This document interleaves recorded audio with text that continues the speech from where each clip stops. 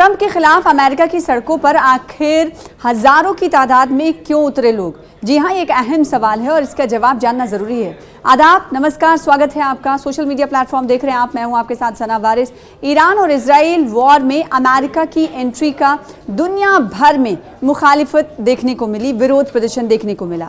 हालांकि इसकी वजह क्या रही, इससे भी हम बताएंगे और कहां पर मुखालिफत की गई, मुजाहरा देखने को मिला, विरोध प्रदर्शन देखने को मिला, इसकी तस्वीरें भी हम आपको दिखाएंगे।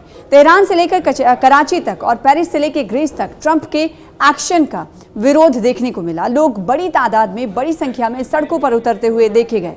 अमेरिका के खिलाफ जमकर नारेबाजी देखी गई, ट्रंप के पोस्टर्स जलाए गए और लोगों का कहना है कि ईरान के आखिर क्यों ये सब हुआ, ये भी जान लेना जरूरी है। लोगों ने कहा, प्रोटेस्ट करते हुए, एहतजाज करते हुए, विरोध करते हुए कि ईरान के न्यूक्लियर साइट्स पर जो अमेरिका ने हमला किया वो पूरी तरह से गलत है।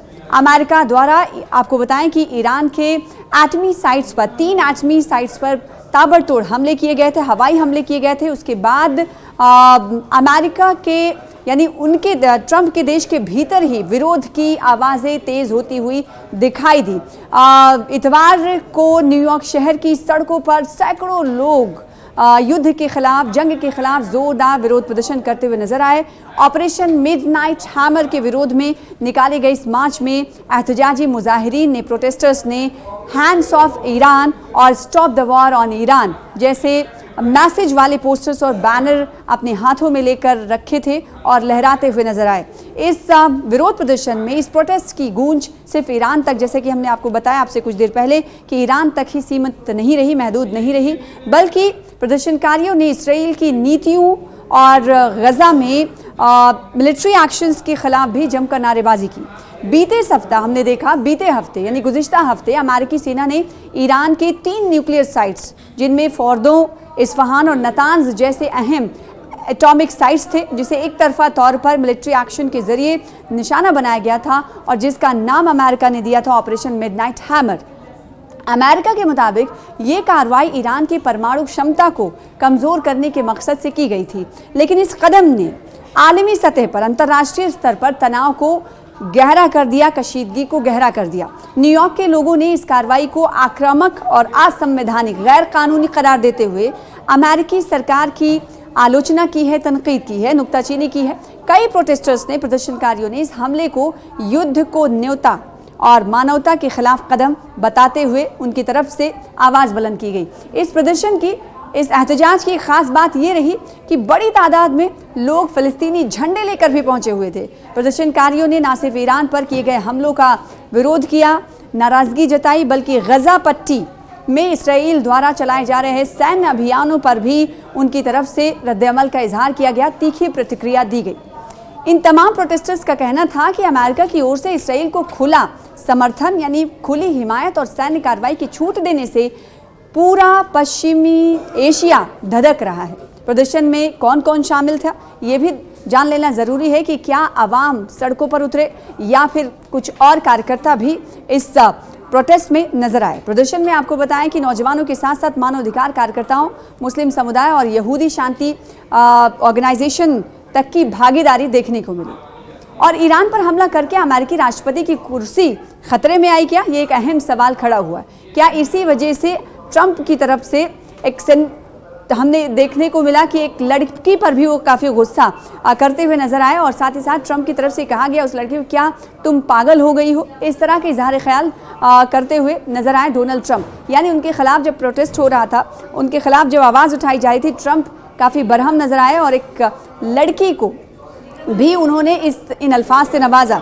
इसके अलावा फॉर्मर डिप्लोमेट है हिंदुस्तान की वीना सिकरी ने, वो इन तमाम डेवलपमेंट्स पर वो क्या कहती हुई नजर आई। यानी अमेरिका के खिलाफ उनके ही देश में जब विरोध प्रदर्शन हो रहा था, लोगों की तरफ से आवाज़ें उठाई जा रही थी, लोग अमेरिका के ईरान के खिलाफ उठाए गए एक्शन की मुखालिफत कर रहे थे। इसके पीछे की वजह क्या है, जो फॉर्मर डिप्लोमेट हैं वीना सिकरी, उन्होंने क्या वजह बताई है, सुनिए ज़रा।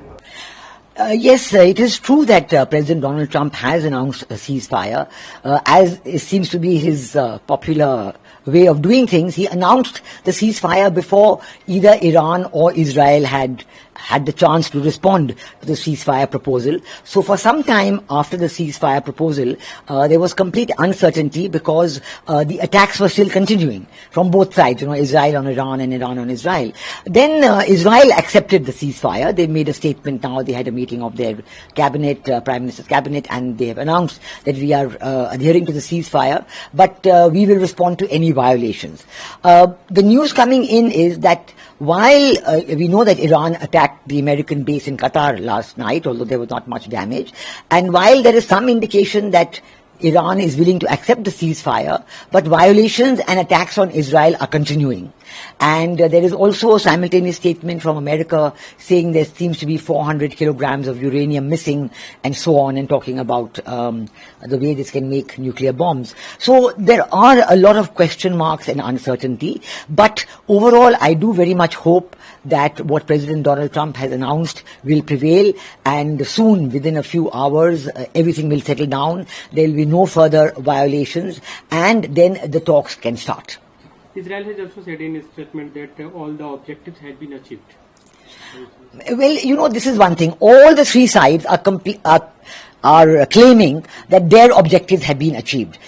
President Donald Trump is saying that he had the objective of sending the B-52 bombers to take out the nuclear facility, so he says his objectives have been achieved. Israel says their objectives have been achieved, and Iran is also saying that their objectives have been achieved. So I think all I can say is that this is a good sign for everybody to completely de-escalate and to come to the table for dialogue and diplomacy. Qatar as well as United Arab Emirates, how is this effect in future perspective? Well, Iran and Qatar had developed very close relations in the recent years, and they were working closely together. And I think that Iran has informed Qatar before they launched the attacks on the American bases there. So I think this is part of their cooperation. This is they are cooperating, but certainly they have to also condemn the attack. So I think I would not attach too much importance to that. The most important thing right now is for the ceasefire to hold, for both Israel and Iran to completely accept the ceasefire proposal of President Donald Trump and to come to the negotiating table for dialogue and diplomacy.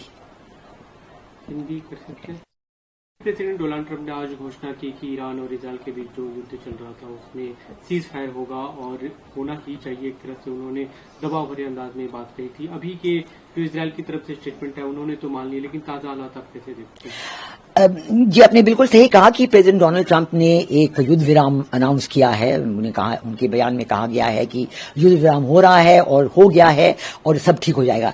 लेकिन हमें पता है कि दो चीजें हैं। एक तो प्रेसिडेंट ट्रंप की सरकार की तरफ से B-52 बॉम्बर्स गए थे ईरान की तरफ और उन्होंने न्यूक्लियर फैसिलिटीज, ईरान की न्यूक्लियर फैसिलिटीज पे बहुत ही भारी बमबारी, जो बस्टर बॉम्ब्स दुनिया में सबसे बड़े जो बॉम्ब्स हैं वो गिराए हैं। और उनका कहना है कि उन्होंने अपने जो टारगेट्स थे, ऑब्जेक्टिव थे, वो अचीव कर लिए हैं। लेकिन हमें ये भी पता है कि अमेरिका में प्रेसिडेंट डोनाल्ड ट्रंप के खिलाफ काफी प्रदर्शन हो रहे हैं, क्योंकि लोग बिल्कुल नाराज हैं कि ये क्यों ऐसे हुआ। और प्रेसिडेंट डोनाल्ड ट्रंप ने हमें प्रॉमिस किया था, आश्वासन दिया था जब वो कैंपेनिंग कर रहे थे कि उनके प्रेसिडेंसी में कोई नए लड़ाइयां, झगड़े, वॉर्स शुरू नहीं होंगे। तो ये देखते हुए शायद प्रेसिडेंट डोनाल्ड ट्रंप के मन में ये सबसे बड़ा ख्याल था कि अब तो सीज फायर बिल्कुल होना चाहिए, युद्ध विराम होना चाहिए। हमें ये भी पता है कि कल रात को ईरान की तरफ से अमेरिका के जो मिलिट्री बेस कतार में है वहां पे उन्होंने बमबारी की है और उन्होंने कहा है कि हमने उतने ही मिसाइल्स वहां पे बमबारी की है जितने अमेरिका ने हम पे की है। तो और ये भी हमें पता है कि इजराइल की तरफ से ईरान पे और ईरान की तरफ से इजराइल पे वो भी बमबारी जारी थी। तो ये बिल्कुल साफ नहीं हो रहा था कि युद्ध विराम है कि नहीं है। अब जो है इजराइल की तरफ से एक पूरा युद्ध विराम स्वीकार उन्होंने किया है। उनकी कैबिनेट की मीटिंग हुई थी, उन्होंने युद्ध विराम स्वीकार कर लिया है। ईरान की तरफ से ये खबर है कि हालांकि पूरी तरह से खबर यह है कतार वगैरह कि हाँ ईरान ने युद्ध विराम स्वीकार कर लिया है, लेकिन कुछ कुछ बमबारी इजराइल पे चल रही है सुबह से, और उम्मीद है कि ये बमबारी बंद हो जाएगी और युद्ध विराम जो है पूरी तरह से लागू हो जाएगा। और इसके बाद जो है डी एस्केलेशन जब कंप्लीट हो जाए, क्योंकि ये ईरान के लिए एक शर्त थी कि इजराइल की तरफ से अमेरिका कोई भी हम पे युद्ध ना करे, तो अगर ये डी एस्केलेशन कंप्लीट हो जाए तो फिर डायलॉग और डिप्लोमेसी के जरिए निगोसिएशंस शुरू हो सकते हैं। इजराइल के स्टेटमेंट में भी दावा किया गया है कि उनके जो भी ऑब्जेक्टिव थे, जो भी वो चाहते थे, उससे ज्यादा उन्होंने फुलफिल किया, ज्यादा हासिल किया। ये तो तीनों साइड कह रहे हैं, अमेरिका भी यही कह रहा है, इजराइल भी ये कह रहा है और ईरान अपनी तरफ से यही कह रहा है। हालांकि हमें पता है कि इजराइल को भी काफी नुकसान पहुंचा है, ईरान को भी काफी नुकसान पहुंचा है, और अमेरिका की तरफ से उनके B-50 बॉम्बर्स तो गए हैं, पहली बार कभी भी ये B-50 बॉम्बर्स डिप्लॉय हुए हैं युद्ध के समय, लेकिन इसके भी खिलाफ अमेरिका में प्रदर्शन हो रहे हैं। तो फिर भी जो भी है, तीनों तरफ यही क्लेम कर रहे हैं कि हमारे ऑब्जेक्टिव फुलफिल हो गए हैं। ठीक है, वो ये माने, हर कोई ये माने और वो पीस निगोशिएशंस की तरफ आ जाए। लेकिन कल जो एक तरह से बमबारी की गई ईरान के द्वारा कतार में अमेरिकी बेस पे, उसके बाद कतर यूएई सबकी तरफ से उसकी भर्त्सना की गई, उसको कंडेम किया गया। आने वाले समय में क्या आपको लगता है कि इससे एक नए तरीके से एस्केलेशन होगा, नए तरीके का? देखिए, कतार और ईरान के बीच तो काफी अच्छे रिश्ते बन गए थे पिछले सालों में, लेकिन गल्फ कंट्रीज और ईरान के बीच कुछ कुछ चलता रहता है, और वो स्टेट्स ऑफ हॉर्मुज भी हैं, उनकी प्रॉब्लम्स तो चलती रहती हैं बायलैटरल। उम्मीद ये है कि in the interest of a bigger cease fire कि युद्ध विराम हो जाए और ये जो कॉन्फिगरेशन, रीजनल कॉन्फिगरेशन है, ये आगे ना बढ़े। इसके इंटरेस्ट में सारे जो देश हैं, Middle East, West Asia, Gulf और सऊदी अरेबिया, सब देश सीज फायर को स्वीकार करेंगे और इंसिस्ट करेंगे कि इस सीज फायर युद्ध विराम लागू हो जाए और ऐसे रहे, और फिर पीस निगोशिएशन शुरू हो जाए। और ये ईरान का क्या हक बनता है कि वो जो न्यूक्लियर इनरिचमेंट, यूरेनियम इनरिचमेंट कर रहे थे, वो किस हद तक कर सकते हैं, सिर्फ सिविलियन न्यूक्लियर, इस पे भी काफी बहस पहले चल रही थी। तो उम्मीद है कि इस बार जो है ये जो निगोशिएशंस है ये अच्छी तरह से खत्म हो जाएं और पीस प्रिवेल करे।